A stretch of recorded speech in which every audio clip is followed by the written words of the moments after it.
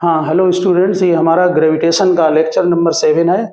हमने कल 6 के लास्ट में आपको पोटेंशियल का डिस्कशन किया था।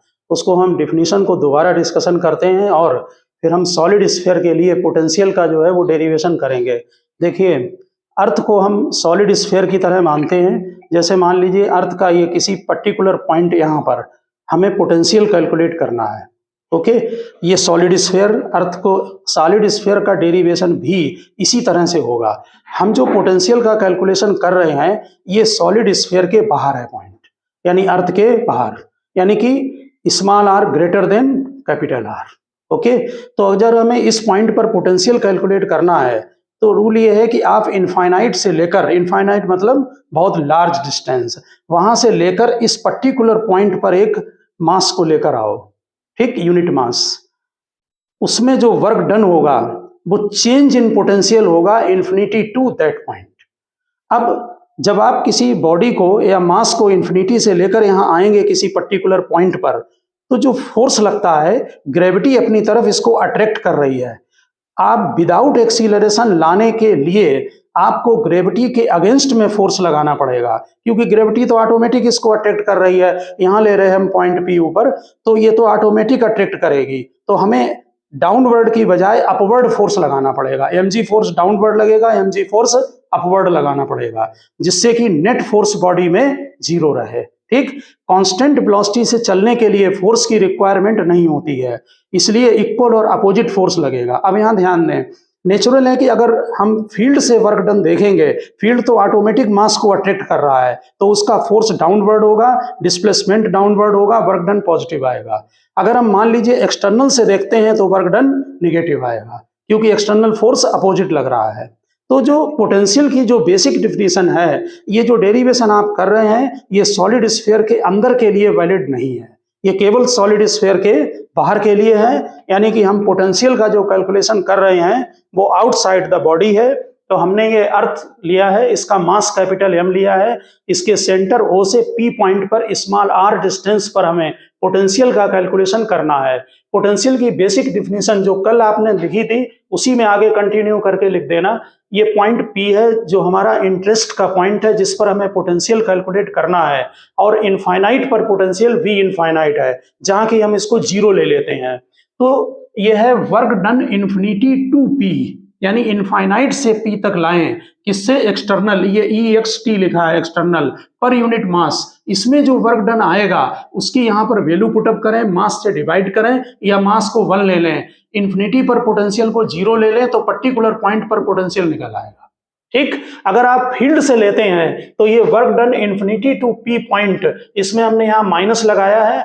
अगर फील्ड से वर्क डन निकालें तो उसमें निगेटिव होता है और मास से डिवाइड कर देते हैं। ठीक, जब आप बुक्स में या कहीं भी देखते हैं और उसमें जब जनरल डिफिनीशन लेते हैं तो ये वर्क डन दिया होता है वो हमेशा एक्सटर्नल से लिया जाता है। इसमें जो फोर्स लगता है ग्रेविटी की वजह से, वो फोर्स वेरिएबल है, इसलिए हमको इंटीग्रेशन करना पड़ेगा।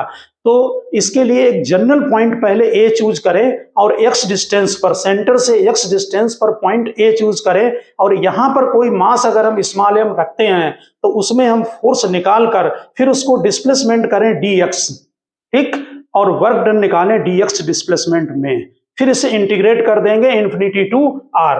तो हमने नोट किया है कि let earth be a perfect sphere of radius r and mass capital M। ये अर्थ है या solid sphere. Suppose mass of the earth suppose to be concentrated at the centre O। आपको मालूम है कि सारा मास इसके सेंटर पर कंसंट्रेट होता है। Let us calculate the potential at point P। हमें P पॉइंट पर पोटेंशियल कैलकुलेट करना है such that OP is equal to R है, जहां small r greater than capital R है, यानी कि हमारा पॉइंट स्फीयर के बाहर है। ठीक, ज्वाइन करें OP को और ऑनवर्ड करें।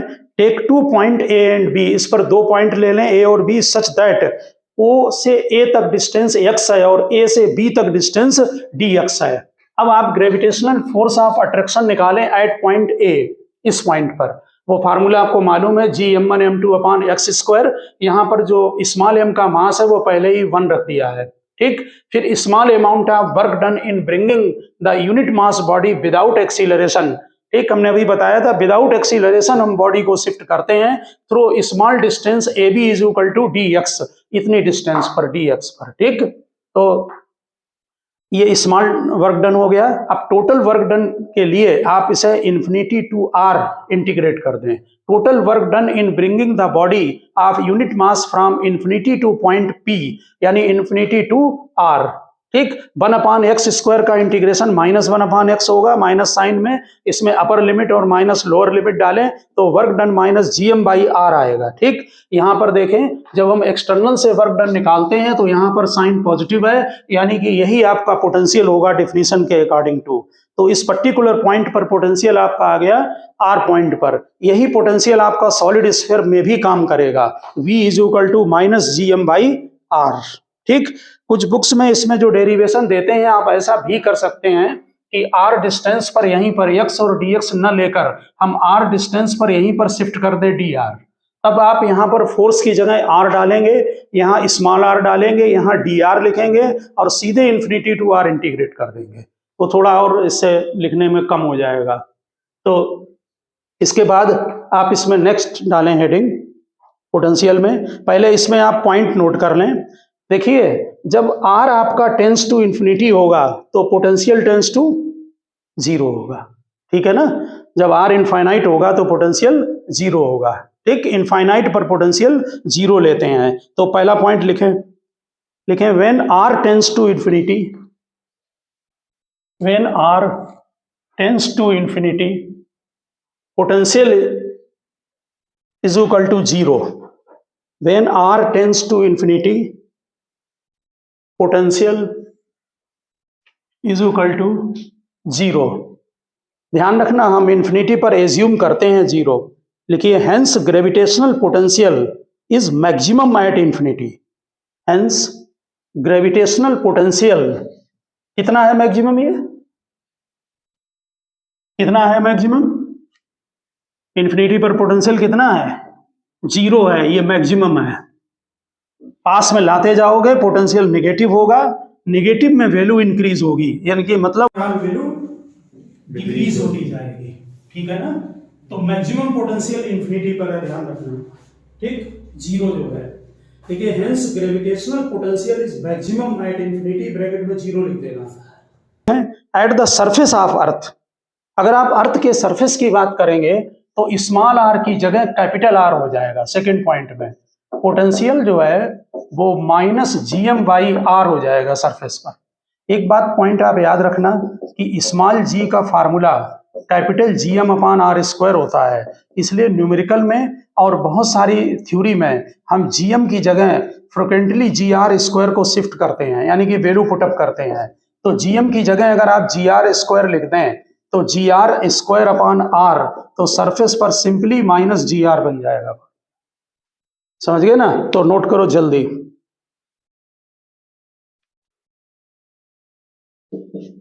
हाइट पर, एट हाइट हम नोट कर रहे हैं, तुम उसे लिखो। Eight height potential V -gm/r+h होगा, -gm/r+h। आप gm की जगह कहीं पर भी gr² को नोट कर सकते हैं।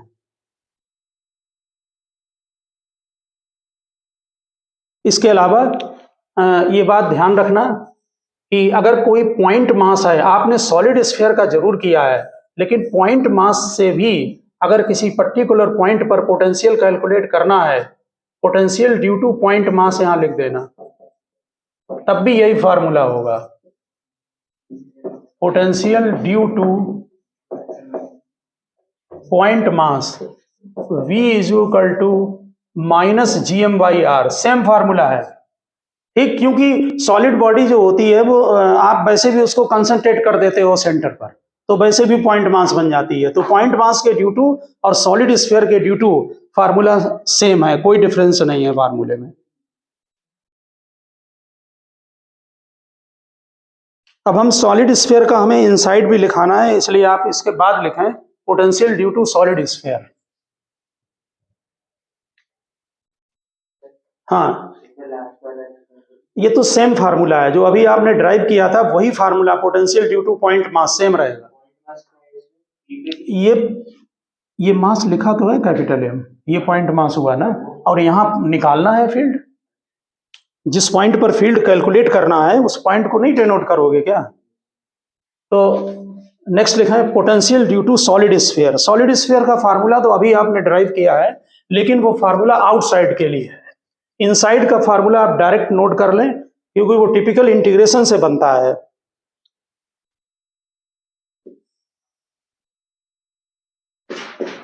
ये सॉलिड स्फीयर आर डिस्टेंस पर सेंटर से पी पॉइंट पर, अभी आपने फर्स्ट पार्ट ये किया है, अगर आर ग्रेटर देन आर है तो पोटेंशियल पी पॉइंट पर अभी कैलकुलेशन कर चुके हैं -gm/r होगा। और second r less than r inside जो पोटेंशियल होगा उसका फार्मूला आपके उसमें नहीं है 11th में, लेकिन बहुत जनरल फार्मूला है, आप इसको ध्यान रखना। -gm/gm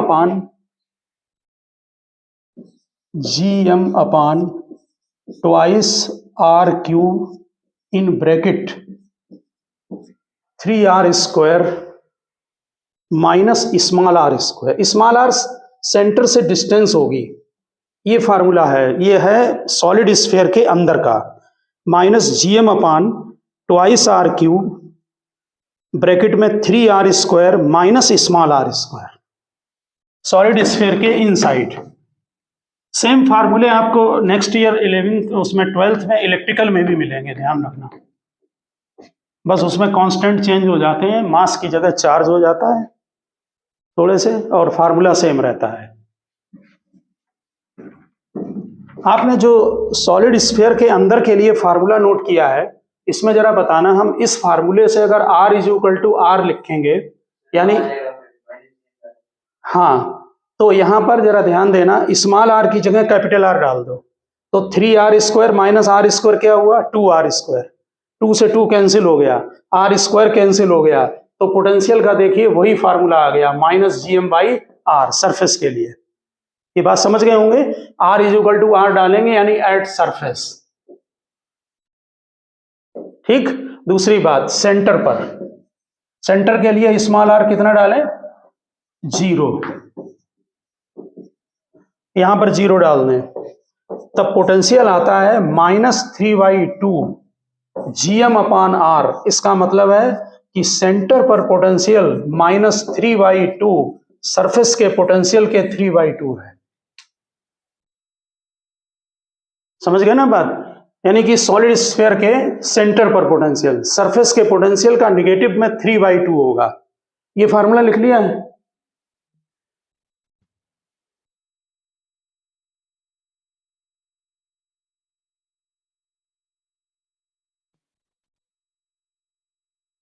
देखो, जब हम इसके पोटेंशियल का ग्राफ बनाते हैं सॉलिड स्फीयर का, तो बाहर स्फीयर के वो तो 1/r² के ही प्रोपोर्शनल है। स्फीयर के जो बाहर है ना, वो तो फार्मूला में 1/r² है, ठीक है ना।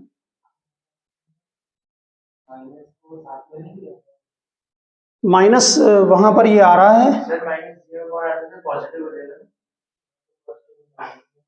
हाँ 3/, अगर मैग्नीट्यूड के हिसाब से देखो तो आप हटा सकते हैं, ठीक है ना।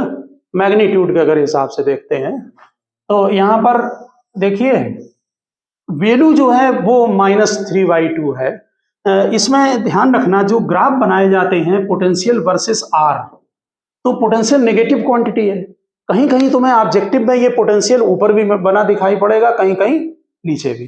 तो ऊपर बनाते हैं तो वो नेगेटिव लिख देते हैं ऊपर ग्राफ में, आप नीचे भी बना सकते हैं, दोनों बातें हैं। बात समझ गए ना। तो हम पोटेंशियल को नीचे यहां पर लेकर ले रहे हैं, ये सेंटर है तुम्हारा अर्थ का या किसी भी सॉलिड स्फीयर का, ठीक।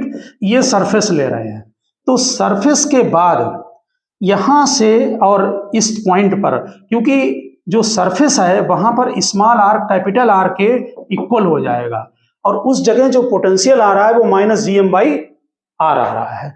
तो इसका मतलब है ये जो ग्राफ है ये कुछ कर्व टाइप में ग्राफ ऐसे बनता है। बात समझ गए ना। इसके बारे में एग्जैक्ट आप नहीं लें, सिर्फ ध्यान रखें, उतनी जरूरत है। तो यहां जरा ध्यान देना, ये निगेटिव में जब पोटेंशियल निकालेंगे तो यहां पर जो पोटेंशियल आएगा, हम माइनस यहां इसलिए लगा रहे हैं क्योंकि ये निगेटिव वैल्यू देगा नीचे को, तो ये 3/2 V सरफेस देगा, सरफेस पर जो पोटेंशियल होगा उसका 3/2, और ओवरऑल नेगेटिव है इसलिए माइनस लगा दिया, समझ लो। ठीक, इस पॉइंट पर जो पोटेंशियल है वो कितना है, -GM/R है, या आप इसको VS नहीं लिखना चाहें तो 3/2 -GM/R लिख, सीधे सीधे। ये सरफेस है, आप इससे डाटा मिलाएं, सरफेस पर ये पोटेंशियल है, ये हमने देखो सरफेस पर बना दिया -GM/R, और सेंटर पर इसका 3/2 है।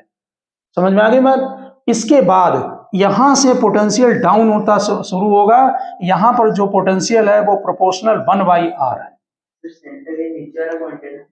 ये पॉइंट सेंटर उसके नीचे बनाया गया पॉइंट है, ग्राफ में पॉइंट नहीं दिखाया जाए, सेंटर तो ये होगा, तो सेंटर से नीचे ये पॉइंट आया, और ये सरफेस पर पोटेंशियल इतना होगा।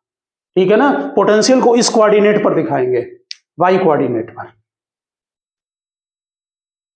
तो 3/2 मैग्नीट्यूड में है, ओवरऑल नेगेटिव है।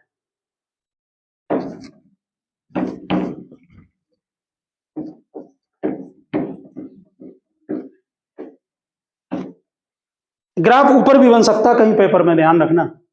ठीक, नीचे भी बना सकते हैं और ऊपर भी बना सकते हैं।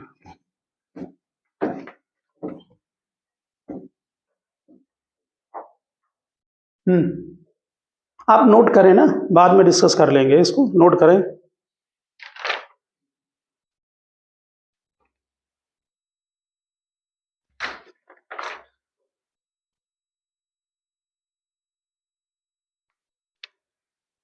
इसके बाद आप लिखें potential due to thin spherical shell, potential due to thin spherical shell, मतलब हॉलो स्फेयर है।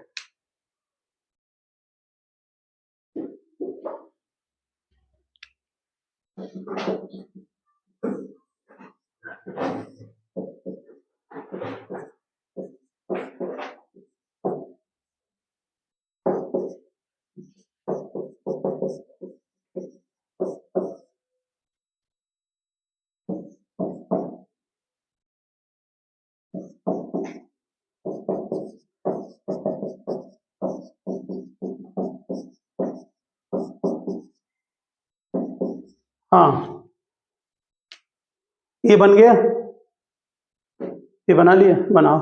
यहां देखो, potential due to thin spherical shell, hollow sphere है, बहुत ही सिंपल, बाहर के लिए सेम फार्मूला, क्योंकि सारा मास सेंटर पर कंसंट्रेट होगा, एक ही फार्मूला। ठीक, सरफेस के लिए स्मॉल r = कैपिटल R डालते हैं। ठीक, लेकिन यहां ध्यान रखना कि अंदर जो पोटेंशियल होता है, हम आगे फार्मूला नोट करा देंगे, एक्चुअली में जो पोटेंशियल अंदर, फील्ड कितना होता है, 0। तो पोटेंशियल और फील्ड का ये रिलेशन है R R। यहां पर अभी ब्रैकेट में लिखेंगे, बाद में लिख देना। आपने फील्ड को I से लिखा है, तो I = dV/dr, यानी पोटेंशियल को डिफरेंशिएट कर दो तो फील्ड आ जाएगा, नेगेटिव में आता है। ठीक, तो अंदर फील्ड कितना है, अंदर 0, तो V क्या होगा, कांस्टेंट, कांस्टेंट का डेरिवेटिव 0 होता है। आ रही बात समझ में? तो जो पोटेंशियल अंदर होता है, जो सरफेस पर पोटेंशियल है, वही पोटेंशियल अंदर होता है, यानी कि -GM/R एक ही होता है। जो पोटेंशियल सरफेस पर होगा वही सेंटर तक। ठीक, इसलिए ग्राफ में स्ट्रेट लाइन बनेगी, कांस्टेंट। फील्ड पोटेंशियल का डेरिवेटिव होता है, अभी फार्मूला भी नोट करा देंगे, वो बहुत डिटेल में इसका नहीं है तुम्हारे यहाँ, आप सीधे जो है वो डेरिवेटिव ध्यान रखना इसका होता है। ठीक है ना, I = -dV/dr। ये ग्राफ कहीं ऑब्जेक्टिव में ऊपर भी मिल सकता है, वहां भी वो नेगेटिव लिख देते हैं, उससे कोई फर्क नहीं पड़ता। ठीक है ना, वो आप नोट करें, potential due to shell. Shell का पोटेंशियल 11th में नहीं पूछेंगे, सॉलिड स्फीयर का बाहर का पूछते हैं खाली। सॉलिड स्फीयर क्या, वो अर्थ का पूछा करते हैं, तो वो डेरिवेशन हो जाता है उसी से वो है। तो हॉलो स्फीयर का पोटेंशियल का वो, अगर हम निगेटिव साइन लेते हैं तो यहां पर -GM/R, ये सेंटर पर पोटेंशियल इतना, नीचे V नेगेटिव होगा, ये अर्थ का सरफेस हॉलो स्फीयर का, और ये डाउन हो जाएगा आपका, टच नहीं कराना यहाँ पर, इनफाइनाइट पर जाके टच करेगा, यानी V प्रोपोर्शनल 1/r होगा और यहाँ पर V कांस्टेंट होगा। यानी कि जितना पोटेंशियल, ध्यान रखना, सरफेस पर होता है उतना ही पोटेंशियल सेंटर तक होता है। सरफेस और सेंटर का पोटेंशियल इक्वल।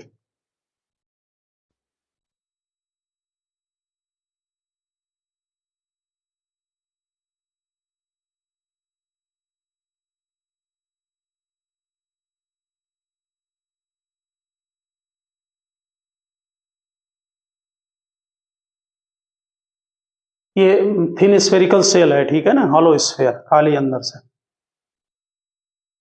तो बाहर के लिए तो सेम फार्मूला रहेगा, कोई प्रॉब्लम ही नहीं है। बस ध्यान रखो कि जितना सरफेस पर होता है उतना सेंटर तक होता है, स्ट्रेट लाइन होती है अंदर, इसलिए ग्राफ में स्ट्रेट लाइन बनी हुई है।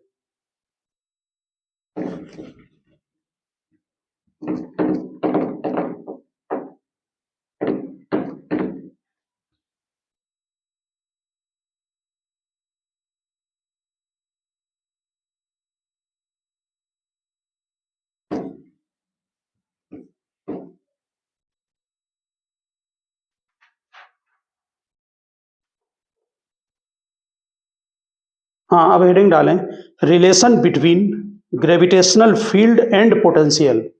Relation between gravitational field and potential. Relation between gravitational field and potential. तो इसका फार्मूला हमने अभी आपको बताया, I - dV/dr होता है, यानी पोटेंशियल का डेरिवेटिव जो है वो फील्ड देता है।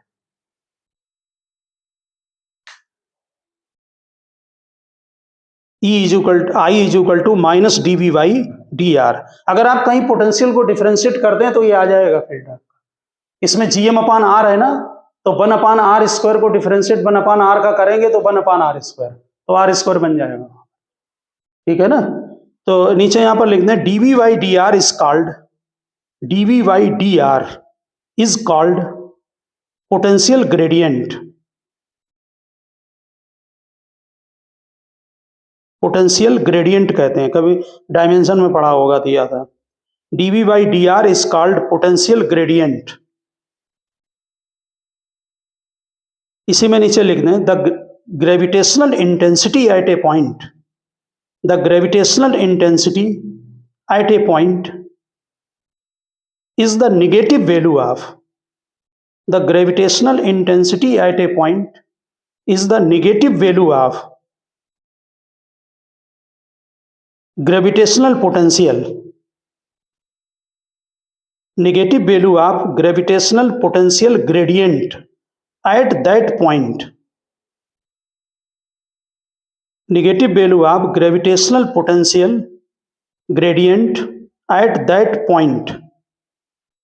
अगर आप लोगों ने वर्क एनर्जी वाला चैप्टर ठीक से किया होगा तो प्रैक्टिकली यहाँ पर एक बात आप समझ लें रफली, कि हम पोटेंशियल का जब डिफरेंशिएशन करेंगे, हम जिस डायरेक्शन को, प्रैक्टिकली उस डायरेक्शन में फील्ड का कंपोनेंट मिलता है। ये सेम थ्योरी हम उसमें करा चुके हैं।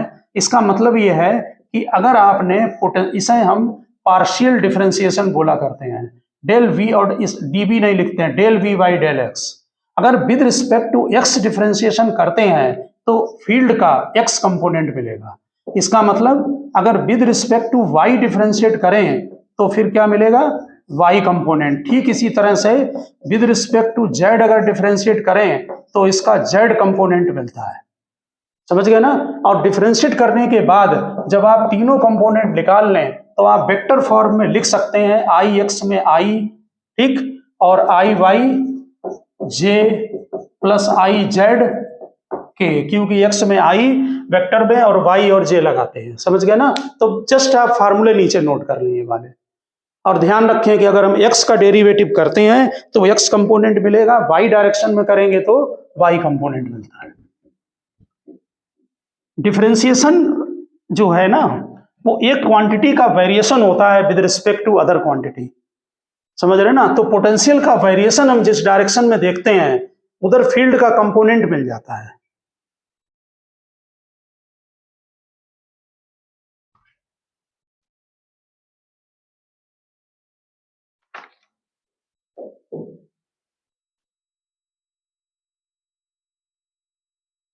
बस ये तीनों अगर कहीं डिफरेंशिएशन दिया है तो उसे डिफरेंशिएट कर दो, इसमें वैल्यू लिख दो, फील्ड निकल आता है। सिंपल क्वेश्चन तो कर ही सकते हैं, पोटेंशियल दिया है उसको डिफरेंशिएट करो, डिफरेंशिएट करके फील्ड मिल जाएगा आपको, ठीक है ना। आप नेक्स्ट हेडिंग डालें gravitational potential energy, gravitational potential energy, gravitational potential energy. और उसको जरा समझने की आप कोशिश करें। पहले देखिए, अभी हमने आपको बताया था कि जैसे ये अर्थ के सरफेस से हम किसी पर्टिकुलर पॉइंट पर अगर पोटेंशियल निकालना है तो क्या करेंगे, इन्फिनिटी से एक मास को लेकर आएंगे इस पॉइंट पर और वर्क डन निकालेंगे पर यूनिट मास। वो इस स्फीयर का उस पर्टिकुलर पॉइंट पर पोटेंशियल होगा, ठीक है ना। यानी पोटेंशियल एक तरह से वर्क करने की कैपेसिटी होती है कि work done per unit mass है, ठीक, पावर नहीं है लेकिन, ठीक। जरा ध्यान दें, होता क्या है कि अगर हम किसी मास को यहां तक लाते हैं और यहां रख लिया तुमने लाकर, तो इसको लाने में जो टोटल वर्क डन होता है, यानी आप पर यूनिट मास नहीं करें, टोटल वर्क डन करें, तो वो इन दोनों की पोटेंशियल एनर्जी होती है सिस्टम की। यानी कि हम पर यूनिट मास नहीं निकालेंगे, क्या करेंगे, टोटल वर्क डन निकालेंगे। तो जो टोटल वर्क डन होता है वो इसकी सिस्टम की पोटेंशियल एनर्जी कहलाती है। बस इतना सा फर्क है, डेरिवेशन भी एक ही जैसा है, उसमें मास को डिवाइड नहीं करते और कुछ नहीं है, समझ गए ना। एक पॉइंट और यहां समझें, दोनों में बहुत बड़ा फर्क है पोटेंशियल और पोटेंशियल एनर्जी में। जिस समय हम मास को इनफाइनाइट पर रखे हैं, तो आप मानकर ये चलें कि ये बॉडी भी इनफाइनाइट पर है। जरा ध्यान दें, अगर दूसरा मास इनफाइनाइट पर है तो दोनों ही मास इनफाइनाइट पर हो गए। डिस्टेंस कितनी हो गई दोनों मास के बीच की, इनफाइनाइट हो गई, ठीक। उस समय सिस्टम बना नहीं है, अब सिस्टम को बनाना है। सिस्टम बनाने का मतलब, सिस्टम बनाने का मतलब ये होता है कि जिस जगह आप बैठे हो वहां कुछ भी नहीं है, यूनिवर्स में खाली है।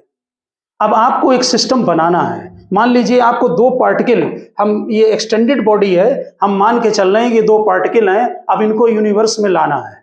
दोनों कहां पर है, शुरू में इन्फिनिटी पर है। तो जब एक को लेकर आए तो कोई वर्क डन नहीं होता उसे लाने में, क्यों, ना तो उसे कोई अपोज कर रहा है ना कोई उसका हेल्प करेगा। जब है ही नहीं यूनिवर्स में कुछ है तो क्या होगा, सीधे मास आ जाएगा ऐसे, समझ गए। लेकिन जब दूसरा मास लेकर आएंगे तो फिर वर्क डन करना पड़ेगा। जैसे ये इसको अट्रैक्ट करेगा तो हमें अपोजिट डायरेक्शन में फोर्स लगाना पड़ेगा। यानी कि एक तरह से पोटेंशियल एनर्जी सिस्टम को बनाने में वर्क डन भी बोली जाती है, ठीक। और अकेले एक की नहीं होती है, क्यों, आपने ये बॉडी है अर्थ, हम दूसरा मास इनफाइनाइट से यहां लाके रख दिया तो एक सिस्टम बन गया। उस सिस्टम में दो पार्टिकल हैं, एक ये बॉडी है और एक दूसरा है, दो चीजें हैं। तो सिस्टम को बनाने में अब अगर तीसरा लाते हैं तो फिर ये दोनों हेल्प करेंगे या अपोज करेंगे। फिर वो जनरल एक फार्मूला बाद में बन जाता है। यानी कुल मिलाकर रफली यहां पे याद रखें कि ग्रेविटेशनल पोटेंशियल एनर्जी क्या है, सिस्टम को बनाने में वर्क डन है, समझ गए ना। वो थी work done per unit mass और ये है टोटल वर्क डन, समझ गए ना बात। तो पहले डिफिनीशन नोट करें आप। नहीं, मास को लेकर आए हैं इन्फिनिटी से यहां तक, नहीं डिवाइड नहीं करना है इसमें, बस टोटल वर्क डन लेना है इसमें, ठीक है। तो डिफिनीशन पहले नोट करें, लिखें gravitational potential energy of a body, gravitational potential energy of a body at A point, gravitational potential energy of a body at A point in A gravitational field, gravitational potential energy of a body at a point in a gravitational field of another body is defined as the amount of work done, is defined as the amount of work done in bringing the given body, in bringing the given body from infinity to that point, in bringing the given body from infinity to that point without acceleration, without acceleration, सभी without acceleration होंगे।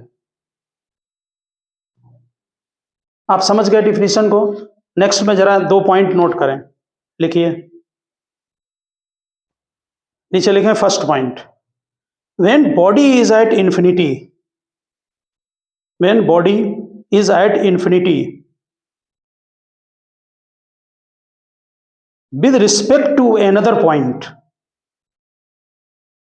when body is at infinity with respect to another point, the gravitational attraction on the body is zero. When the body is at infinity with respect to another point, another body लिखना, another body, the gravitational attraction on the body is zero. Then potential energy is zero. Potential energy is zero, which is called zero level potential energy. Short में PE लिखा है, which is called, हाँ क्या लिखा, कहाँ पर है, gravitational attraction on the body is zero. Hence potential energy is zero, which is called zero level potential energy, which is called zero level potential energy. समझ गए, इंफिनिटी पर जीरो लेवल, ठीक। सेकंड पॉइंट नोट करें, if the position of the body change, if the position of a body change on account of force,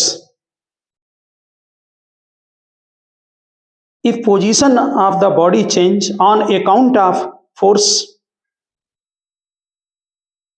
the change in potential energy is equal to, the change in potential energy is equal to,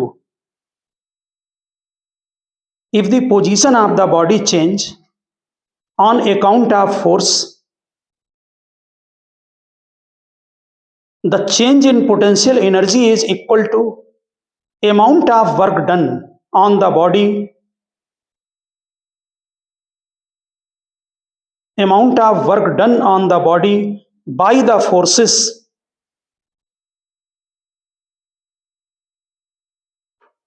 acting on it, by the forces acting on it.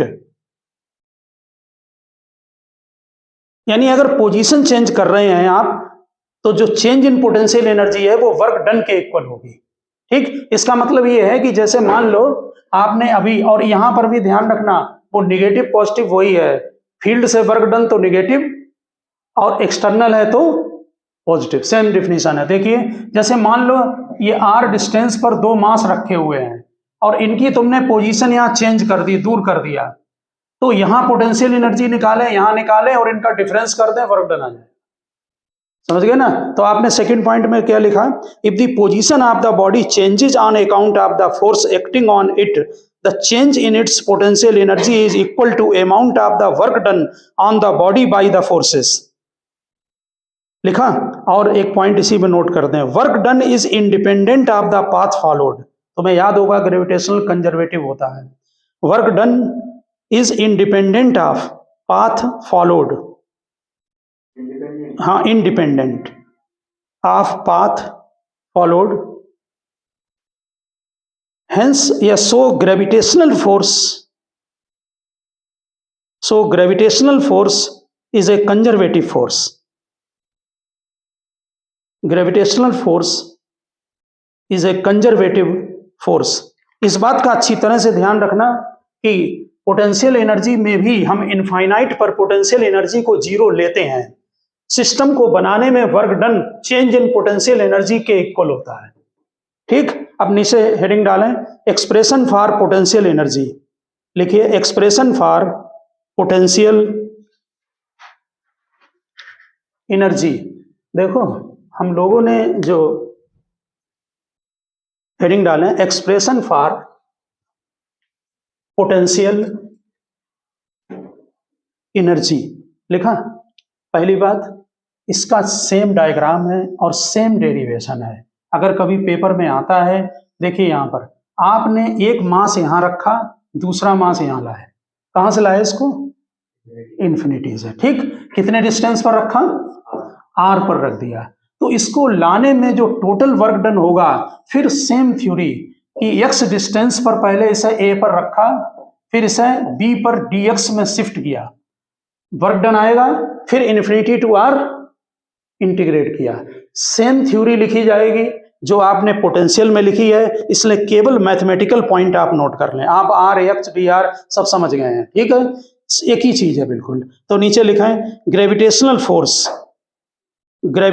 Force on body at a, gravitational force on body at a, लिख लो formula Gmm/x²। आप समझ गए होंगे ना, अगर paper में आए तो पूरी थ्योरी वही नोट कर लेना, खाली वन नहीं लेना बस, ठीक है ना। फिर लिखा है small amount of work done, small amount of work done to displace dx, chart में लिखा रहे हैं हम, small amount of work done to displace dx, तो Gmm/x² इंटू dx लिख दो। अभी तुमने किया है डेरिवेशन, सेम थ्योरी है।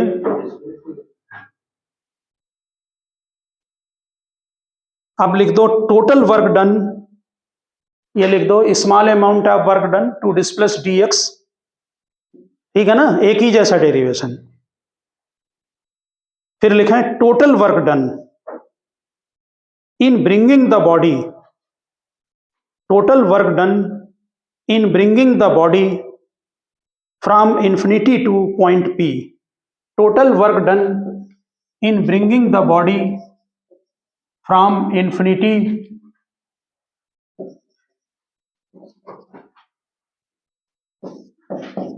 Two point P।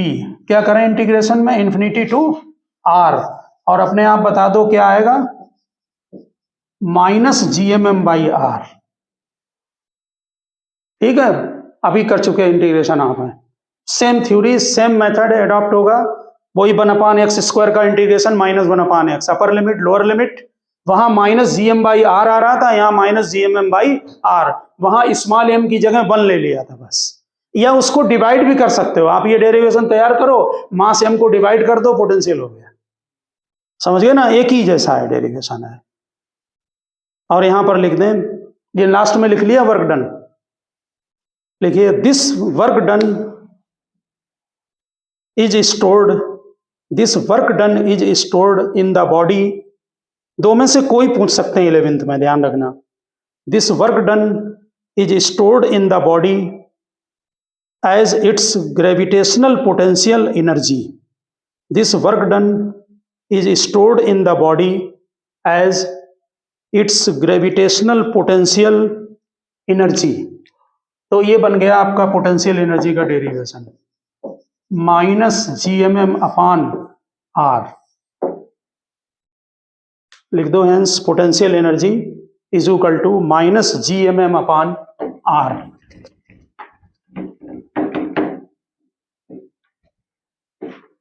दोनों डेरिवेशन एक जैसे हैं, ठीक है ना। यहां पर एक बात ध्यान देना, जो आपने पोटेंशियल एनर्जी निकाली है उसमें जो पोटेंशियल होता है P पॉइंट पर, उसमें अगर मास m को मल्टीप्लाई कर दें तो पोटेंशियल एनर्जी आ जाएगी, ठीक है ना, एक ही जैसे दो हैं दोनों फार्मूले, ठीक है ना। यानी कि पोटेंशियल जो P पॉइंट पर है उसमें मास मल्टीप्लाई करो तो पोटेंशियल, तो फर्स्ट पॉइंट पे नोट कर दो, पोटेंशियल एनर्जी जो है वो ग्रेविटेशनल पोटेंशियल और मास ऑफ द बॉडी है, फर्स्ट पॉइंट पे नोट कर दें। यानी कि potential energy is equal to potential at that point into mass of the body, potential energy is equal to potential into mass of the body. दूसरी बात आपको हमने अभी बताया था कि किसी भी फार्मूले में, जैसे यहाँ Gmm/r² है, तो पहली बात तो ये स्मॉल r की जगह आप r+h लिख सकते हैं, क्योंकि स्मॉल r r+h के इक्वल होगा, ठीक, हाइट उसमें प्लस कर सकते हैं। दूसरा पॉइंट कि आप gm की जगह फ्रिक्वेंटली gr² लिख सकते हैं, कहीं भी ध्यान रखना, कैपिटल Gm में दिया हुआ है इसकी जगह आप GR² को शिफ्ट कर सकते हैं किसी भी केस के अंदर, वो सेम वैल्यू आ जाएगी आप।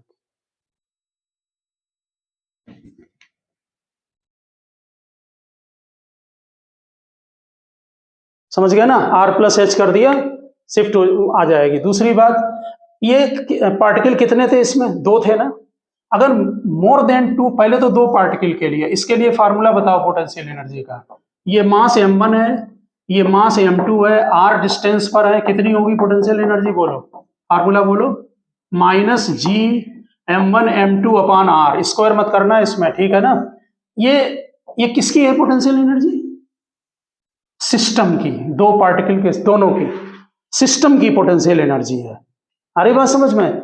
अगर 2 से ज्यादा कहीं पर दिए हुए हैं, जैसे मान लो ये 3 मास हैं, एक m1, दूसरा m2, तीसरा m3, तो इसमें जब पोटेंशियल एनर्जी निकालेंगे तो 2-2 के पेयर लेंगे।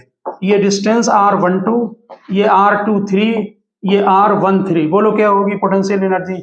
-G m1 m2 upon r12 -G m1 m3 upon r13 -G m1 m2 m3 upon r23, 2-2 के पेयर। जरा मुझे बताएं, अगर स्क्वायर होगा तो कितने पेयर बनेंगे? बोलो कितने बनेंगे? 4 बनेंगे कि नहीं? m1 m2 m3 m4 कितने पेयर बनेंगे? 4 नहीं बनेंगे, सोच के बताओ कितने बनेंगे? 6 बनेंगे पेयर। डायगोनल वाले कहाँ जाएंगे? नहीं समझे? 2 डायगोनल वाले, क्रॉस वाले, समझ गए ना। तो 4 पेयर तो ये बनते हैं। जैसे यहां पर कितनी होगी पोटेंशियल एनर्जी? बोलो, पोटेंशियल एनर्जी यू लिख दे रहे हैं हम, ठीक है। तो यहां पर जो टोटल पोटेंशियल एनर्जी होगी, जी तो कॉमन ले लो, बोलो जरा, डिस्टेंस r ले रहे, चलो सबकी, आसान हो जाएगा लिखना।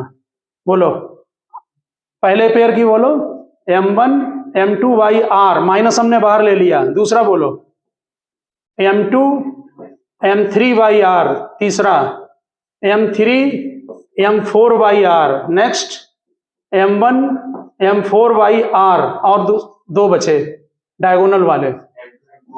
हाँ, m2 m4 by r√2, last m1 m3 by r√2, कितने पेयर बने? 6। इसका एक फार्मूला होता है, अगर पेंटागोनल हेक्सागोनल में बहुत पेयर बन जाएंगे तो नंबर ऑफ पेयर का फार्मूला है n(n-1/2), यह नंबर ऑफ पार्टिकल्स हैं। ये हम, तुम नोट करो, हम लिख दे रहे हैं यहाँ, नंबर ऑफ पेयर्स n(n-1/2), आप इससे वेरीफाई कर सकते हैं। डाल दो, 4 डालो, कितना आएगा? बोलो, 4 × 3/2, 6 आ गया, तो 6 पेयर बने। समझ गया ना बात ये? तो ओके स्टूडेंट, आप लोग ग्रेविटेशनल पोटेंशियल और एनर्जी को और पोटेंशियल दोनों को प्रिपेयर करें, और इस पर ध्यान रखना, इस पर न्यूमेरिकल पूछे जाते हैं पेयर बनाकर, ये ठीक है ना। मास स्क्वायर में, पेंटागोनल और उसमें जो है, तो आप 2-2 के पेयर बनाते जाएं, ठीक, आपकी नेट पोटेंशियल एनर्जी बन जाएगी। और अगर कभी ये पूछते हैं कि सिस्टम को बनाने में वर्क डन कितना है, तो भी तब भी इतना ही होगा। तब भी आप 2-2 के पेयर बनाकर और नेट पोटेंशियल एनर्जी निकाल लें, वो सिस्टम को बनाने में वर्क डन हो जाएगा।